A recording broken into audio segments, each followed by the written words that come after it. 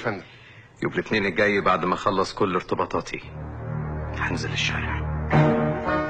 تنزل فين سعادتك؟ الشارع يا حازم. انا بتكلم جد.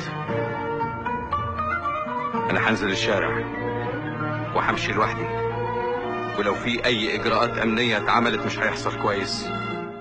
مش عايز اي حد معايا في الزيارة دي، مفهوم؟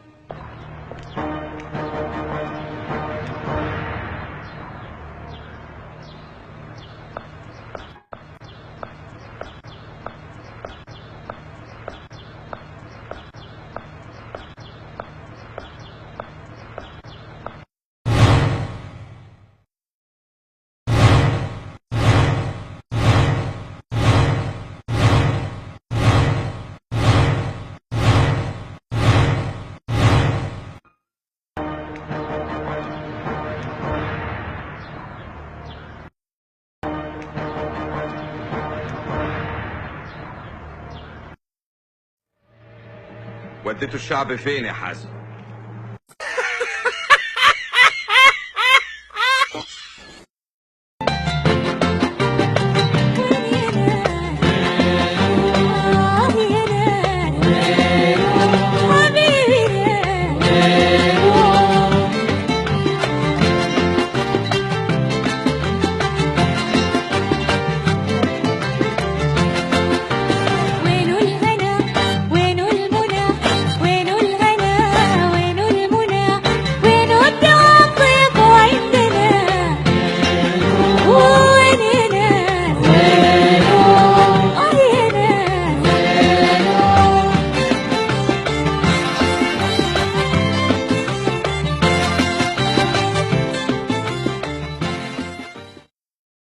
عشان الرؤساء يصحوا الصبح ملوش حد يحكموه بقى، ملوش حد يحكموه بقى، يجيبوا عقد عمل ويروحوا السعودية بقى.